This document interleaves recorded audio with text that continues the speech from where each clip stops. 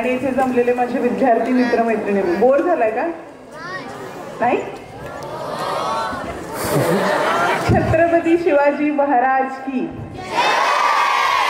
छत्रपती शिवाजी महाराज की. दिस is the spirit. असं काहीतरी बोललं पाहिजे ना. मला माहितीये खूप वेळ झाला तुम्हाला खूप बोर झालं असेल, पण तुम्ही कधी हे मॅनिफेस्ट केलंय का की उद्या मी आणि माझे पालक याच ठिकाणी सत्कार घेणार असू? असं कोणी मॅनिफेस्ट केलंय? येस.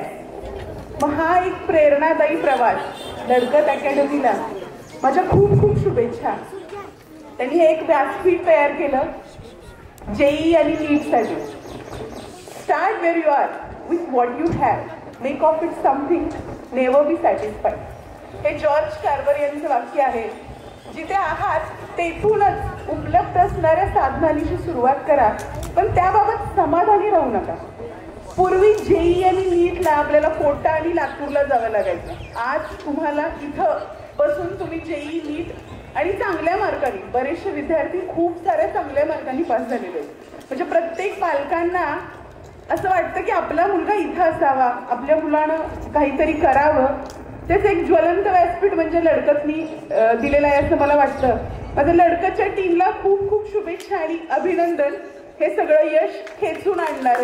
जसं फिनिक्स पक्षी राखेतून उठून पुन्हा वरती जातो, तसं लडकतनी कायम त्याच्या स्ट्रीम्स ही एक शाखा आहे, अशा असंख्य शाखा उभ्या राहतील याच्या शुभेच्छा देते. आणि दुसरी एक गोष्ट महत्वाची, सामाजिक बांधिलकी मुलांसाठी आणि मुलींसाठी. मोबाईल वापरता सगळेजण? नाही आहेत त्यांनी मला हात वर करा जरा प्लीज, मला बघू देत की किती सामाजिक बांधिलकी जपतायत. म्हणजे हे सगळे वापरतात WhatsApp, Insta, Twitter, Snapchat. Yes, अजिबात खोटं बोलू नका. आवाज कमी. मी जेवढे प्रश्न विचारते तेवढ्याच प्रश्नांची उत्तरं न आवाज करता द्यायची. म्हणजे आपापसात बोल नका, माझ्याशी बोला. Triple seat.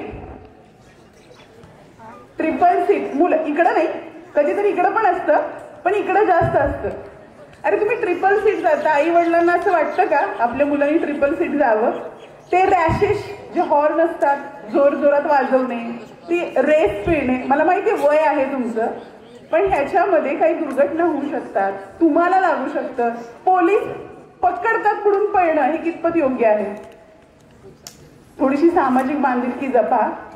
व्हॉट्सअपचा यूज करताना, इन्स्टाचा यूज करताना फेक आयडी काढून एखाद्याला मेसेज करणं हा गुन्हा आहे. हे माहीत नसेल कदाचित, पण हे आहे. फेक आयडी करून व्हॉट्सअपला, इन्स्टाला, स्नॅपचॅटला कुणालाही कृपया मेसेज करू नका. आपले फोटोज, आयडीज काय असतील ते तुमच्यापर्यंत प्रायव्हेट ठेवा. ते पूर्ण जगाला दाखवत बसू नका असं माझं म्हणणं आहे. पुन्हा एखादा समुपदेशनाचा कार्यक्रम नक्की करेन सायबर ह्याच्या संदर्भात. आता थोडा वेळ कमी आहे. तुमच्या सगळ्यांना शुभेच्छा आणि थँक्यू संयोजक आणि आयोजक मला बोलवलं. थँक्यू सो मच आणि पुन्हा एकदा शुभेच्छा.